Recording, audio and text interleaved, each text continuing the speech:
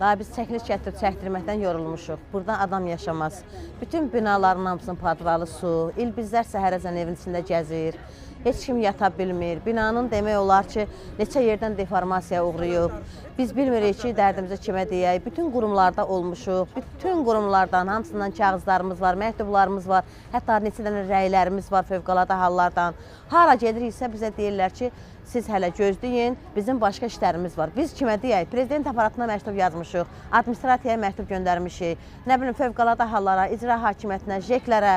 Görürsən, bu vəziyyətdə olan binadan yenə gəlib hələ bir hardansa kommunal axtarırlar, kommunal yığırlar. Biz başa düşmürlər ki, burada yaşayan 110 ailənin hər evdə 3 nəfərdən götürəndə nə qədər insan eləyir. Və biz bu dövlətin vətəndaşı deyilik. Bəs bu dövlət üçün biz heç nə eləməmişik. Biz onları gətirib ora çıxardan bizik. Biz onları səs verməklə yığmışıq ora. Bu günlərin bizim işlərimizə baxmayacaqlarsa, biz onda burada bu ölkədən çıxaq hara gedək?